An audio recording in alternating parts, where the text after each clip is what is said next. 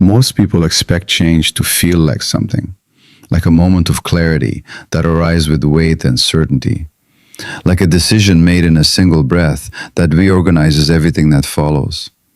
Like waking up one morning and knowing with sudden and complete confidence that you are different now, that something has shifted, that the person looking back at you in the mirror has finally, unmistakably begun to become who they were always meant to be. But that is rarely how real change actually happens. Real change, the kind that reaches into the deepest patterns of how you think, how you feel, how you relate to yourself and to the people around you, tends to arrive without announcement. It doesn't come with a dramatic before and after. It doesn't declare itself. It moves quietly through the ordinary texture of daily life, leaving traces so subtle that most people miss them entirely. Or worse, they notice them and dismiss them, tell themselves it's nothing, tell themselves they haven't changed enough, tell themselves that whatever small shift they're feeling doesn't count because it doesn't yet look like the transformation they imagined. And in doing so, they miss something genuinely important. Because the quiet signs, the ones that don't announce themselves, the ones that live in the small moments rather than the landmark ones, are often the most meaningful indicators that something real is happening. That the work you have been doing, however imperfect and non-linear and frustrating it has sometimes felt, is actually taking root. This conversation is about those signs. 8 of them, not as a checklist, not as a performance standard, but as a gentle invitation to look at your own life with honest attention and notice, perhaps for the first time, how much may already be changing. The framework that shapes this conversation draws heavily from the work of Dr. Gabor Maté, physician, author, and one of the most thoughtful voices in contemporary trauma-informed psychology. Central to Maté's perspective is the idea that genuine healing is not the dramatic eradication of old patterns. It is the gradual, compassionate, often painstaking process of reconnecting with the authentic self that was suppressed in the service of survival. From that framework, the signs of real change look very different from what popular culture tends to celebrate. They are quieter, more internal, more about the quality of your relationship with your own experience than about the external circumstances of your life. And they are, in many ways, more meaningful for exactly that reason. The first sign. You are beginning to notice your patterns without immediately judging yourself for having them. There's a particular shift that happens early in genuine psychological growth, and it is so subtle that most people don't recognize its significance when it first appears. You do something, react in a familiar way, fall into an old habit, respond to a situation with an emotion or a behavior that you recognize as one you've been trying to change. And instead of the usual cascade of self-criticism that follows, something different happens. You notice it, you see it clearly, and for a moment, just a moment, you hold it with something closer to curiosity than condemnation. Not celebration, not permission, not resignation, but a kind of interested, almost compassionate observation. Oh, there it is again. I see what's happening here. This shift is more significant than it sounds, because the capacity to observe your own patterns without being immediately consumed by shame about them is not a small developmental achievement. It requires a degree of internal safety, a foundation of self-compassion that many people have never had reliable access to. According to the psychological framework Gabor Maté consistently articulates, shame is not a catalyst for change. It is a barrier to it. Shame collapses the distance between the behavior and the self. It says not, I did something I want to do differently, but I am defective. And from that collapsed, defended place, genuine change is almost impossible, because all available energy goes into managing the shame rather than understanding the pattern. But when you begin to observe yourself with something approaching compassion, when you can see the pattern and simultaneously understand, even partially, why it developed, something opens. The pattern is no longer the whole story of who you are. It becomes something you can examine, something you can understand, something that with time and honest attention, you can begin to relate to differently. If you have noticed this shift happening even once, even imperfectly, it is not nothing. It is in fact one of the earliest and most meaningful signs that something real is changing. The second sign: other people's emotions are beginning to feel less like your responsibility. For many people shaped by emotional neglect or anxious attachment, people who learned early in life that their role was to manage the emotional climate of the people around them, this shift feels almost transgressive when it first appears. Someone in your life is upset, disappointed, frustrated, maybe with you, maybe with something entirely unrelated to you. And instead of the usual immediate response, the anxiety, the scrambling, the urgent need to fix it, soothe it, make it better before it gets worse, you notice something different, a small but unmistakable space between their emotion and your reaction. A moment in which you register their feeling without immediately absorbing it as your own problem to solve. This space is extraordinarily significant. One recurring theme throughout Gabor Maté's work is what he describes as the chronic, often unconscious merging of the self with the emotional needs of others. This pattern, sometimes called enmeshment, sometimes described as codependency, sometimes simply as a hyperactivated caregiving response, develops most commonly in people who grew up in environments where their emotional attunement to others was not a choice, but a survival strategy, where reading the room accurately was how you maintained safety, where other people's emotional states were quite literally more important to track than your own. In adulthood, this strategy becomes automatic. It runs beneath conscious awareness. You don't choose to take responsibility for other people's emotions. You simply find yourself there, already managing, already accommodating, already reshaping yourself to reduce someone else's discomfort before you've even consciously registered that it's happening. So when the space begins to appear, when you find yourself able to be present with someone's difficult emotion without immediately treating it as an emergency you must resolve, it represents something genuinely new. A growing capacity to remain yourself even in the emotional weather of someone else's experience. This doesn't mean becoming cold. It doesn't mean withdrawing care or compassion. It means learning the difference between genuine empathy, feeling with someone, being present with their experience, and emotional fusion, losing yourself in their experience, taking on their regulation as your own responsibility. That distinction, however subtle it sounds, changes everything about the quality of your relationships. The third sign: silence and stillness are becoming less frightening. There's a particular test that reveals a great deal about where a person is in their healing journey. It is simply this: what happens when the noise stops, when the phone is put down, when the task list is finished, when the social obligations are met and the productivity is complete, and there's for a moment nothing that needs to be done, no one who needs attending to, no role to perform, just you in the quietness with whatever is actually present in your inner world. For many people who have spent years using busyness and achievement and caretaking as ways of staying above the surface of their own emotional life, this moment is not peaceful. It is uncomfortable, sometimes acutely so. The stillness feels like a threat, like something is rising from below that must be kept down.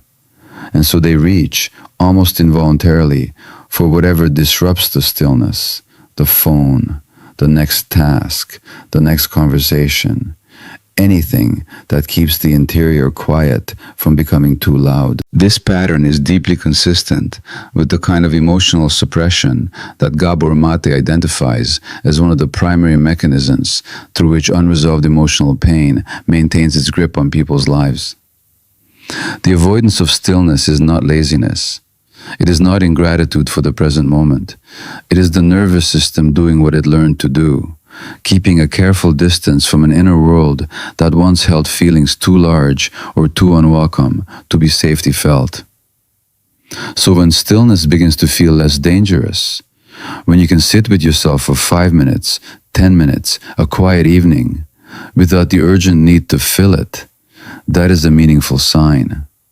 Not that everything has been resolved, but that the inner world is becoming incrementally a safer place to inhabit.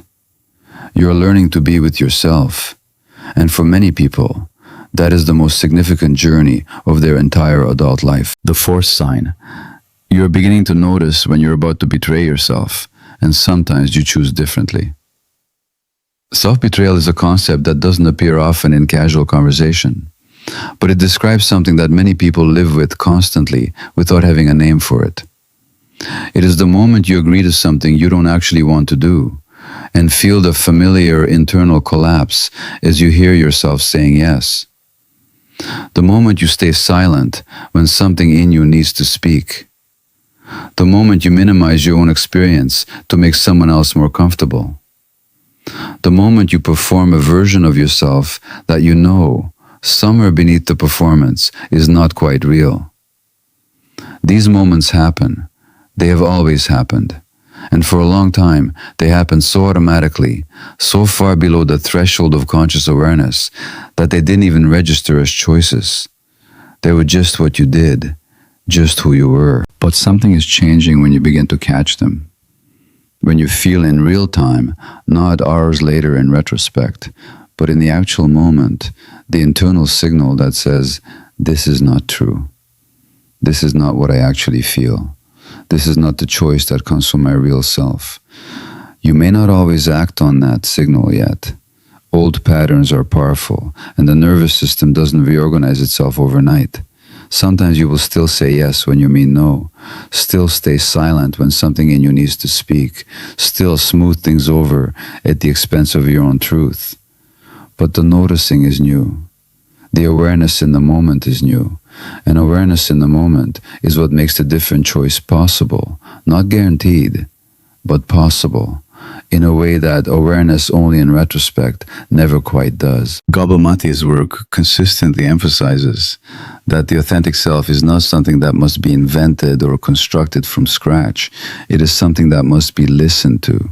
It speaks quietly and persistently through exactly these signals, the internal dissonance that arises when what you're about to do doesn't match what you actually feel. And learning to hear that voice, to take it seriously, to let it inform your choices even when honoring it feels uncomfortable, is one of the most foundational shifts in the entire healing process. The fifth sign. Your relationships are beginning to feel more honest, even when honesty is uncomfortable. This one often surprises people because it doesn't always feel like progress when it's happening. When you begin to heal, when you begin to reconnect with your own authentic experience and bring more of your genuine self into your relationships, things don't automatically become smoother. Sometimes they become more complicated, more textured, more real, in ways that can feel temporarily more difficult than the comfortable unreality that preceded them. You start saying things you previously wouldn't have said, expressing needs you previously would have suppressed, naming dynamics that you previously would have silently accommodated. And the people in your life, some of them, don't respond the way you hoped. Some are surprised, some are resistant, some reveal in their response to your growing honesty that the version of you they preferred was the version that required less from them. This can be painful, genuinely painful. And it can feel in those moments like healing is making things worse rather than better. But what is actually happening is that the quality of connection in your relationships is being tested against a new standard. Not the standard of comfort or convenience or the absence of conflict, the standard of reality, of genuine contact between two actual people rather than two performances carefully calibrated not to disturb each other. From a trauma-informed perspective, the relationships that survive and deepen through this process, the ones that can hold more honesty without fracturing, are the ones built on something real. And the ones that can't, the ones that required your self-suppression as a condition of their functioning, were never, however comforting they may have felt, truly intimate. Genuine intimacy, as the work of psychologists like Gabor Maté illuminates, requires two people who are actually present. Not two adaptive selves, carefully managed and mutually performed, but two actual human beings in honest contact with each other's real experience. When your relationships begin moving in that direction, even imperfectly, even with difficulty, it is a meaningful sign that you're bringing more of your real self into the world. And that is always, however uncomfortable it can temporarily feel, a movement toward health. The sixth sign: you're beginning to feel your emotions in your body before you explain them in your mind. This sign is subtle, and it is one that people often don't recognize as significant until it is pointed out. For much of their lives, many people who have experienced emotional suppression relate to their emotions primarily as concepts. They think about what they feel rather than actually feeling it. They narrate their emotional experience rather than inhabiting it. Ask them how they feel about something difficult, and they will tell you, fluently and articulately, a story about their feelings, organized, contextualized, sometimes even insightful, while remaining beneath the narrative, relatively disconnected from the actual felt experience in the body. This is not dishonesty. It is a learned form of self-protection. Emotions, for people who grew up in environments where feelings were unwelcome or overwhelming or chronically unmet, learn to stay at a cognitive remove from their bodies, because the body is where emotion actually lives.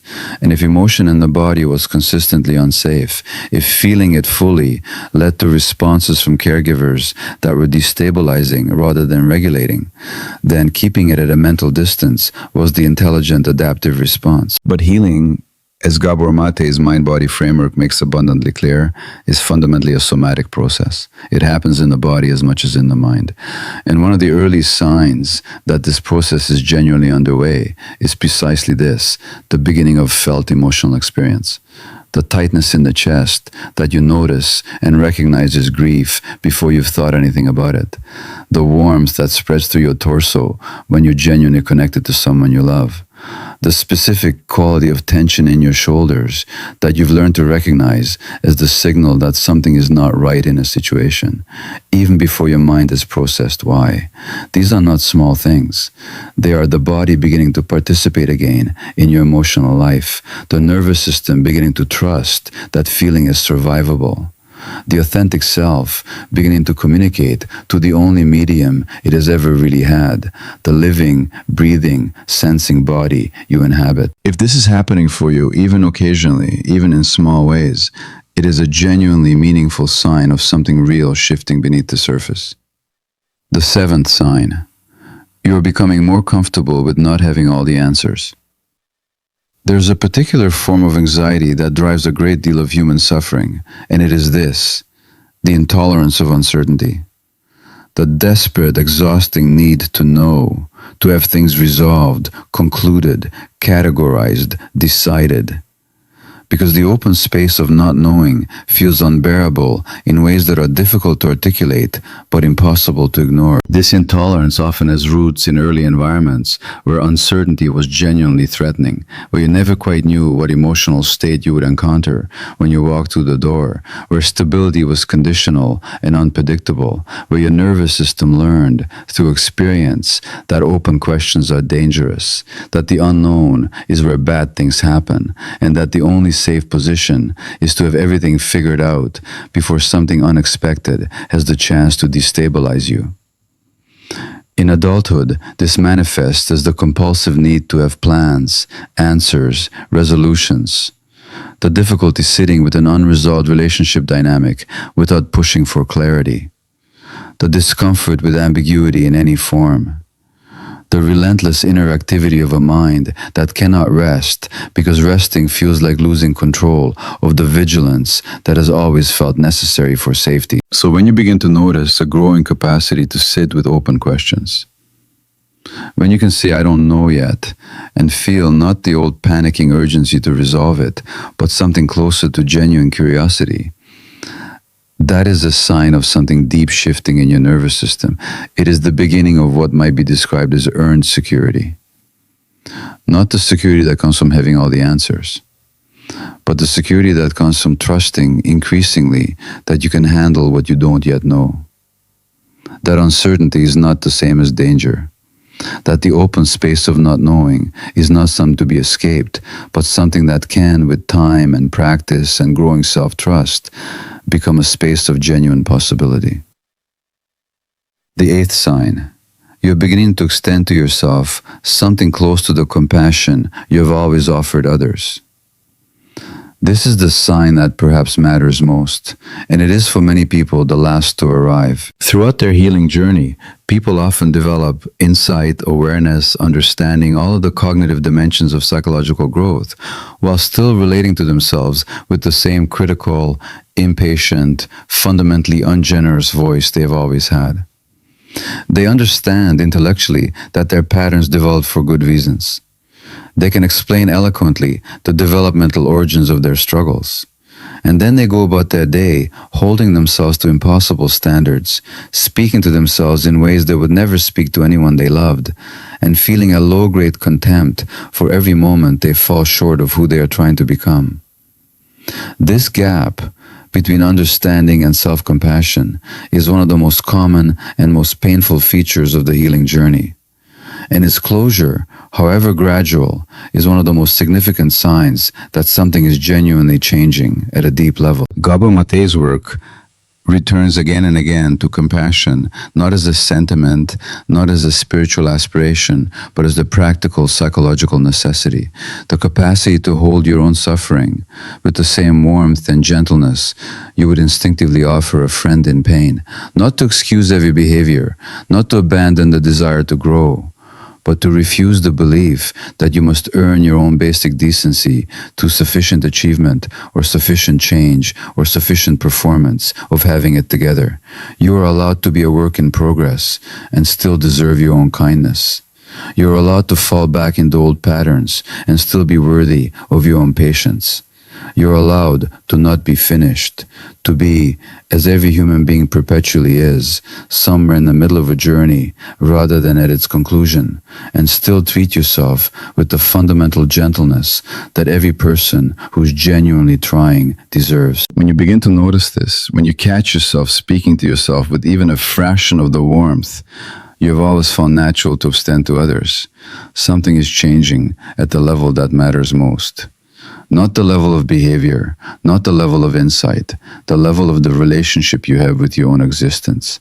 And that relationship, more than any achievement, more than any resolution, more than any external change, is the foundation on which everything else is built. None of these 8 signs announces itself loudly. None of them arrives with certainty or completeness. None of them means the work is done, or the patterns are gone, or the old wounds have stopped mattering. What they mean is something quieter, and in its own way more profound. They mean that something is moving, that beneath the surface of the life you are living, beneath the familiar patterns and the old stories and the adaptive self that has been working so hard for so long, something genuine is beginning to stir, to breathe, to take up space in a way it perhaps never fully has before. The process that Gabor Maté's work illuminates so clearly is not a straight line toward wholeness. It is not a series of milestones that, once reached, stay reached. It is an ongoing, living, deeply human process of returning, again and again, imperfectly and courageously, to honest contact with yourself, with what you actually feel, with what you actually need, with who you actually are, beneath the layers of survival that accumulated over years of learning to be whoever the world required. That returning is not always dramatic. It is not always visible to anyone watching from the outside, but it is real, and it compounds. Each small moment of honest self-awareness, each tiny choice made from authenticity rather than fear, each instance of genuine self-compassion extended in a moment when the old voice would have offered only criticism. These accumulate. They build something, slowly, quietly, in the way that all real things are built. They build a life that is recognizably yours. Not perfect, not complete, not free of difficulty or confusion, or the occasional bewildering return of patterns you thought you'd outgrown, but genuinely, honestly, increasingly yours. And perhaps that is what changing for the better actually looks like. Not the dramatic arrival at summer in you, but the quiet, steady, deeply meaningful process of returning to yourself again and again and again. If something in this conversation resonated, if one of these signs felt unexpectedly familiar, or if something shifted slightly in the way you're thinking about your own journey, share that in the comments. Which sign landed most honestly for you? Which one surprised you? These conversations matter, not because they resolve everything, but because understanding, honest, compassionate, unhurried understanding, has a way of changing things that nothing else quite does. If you find value in thoughtful, psychologically grounded explorations like this one, consider subscribing. There's much more ahead, because you, exactly as you are, exactly where you are in this process, deserve to understand yourself more deeply. That understanding is always worth pursuing.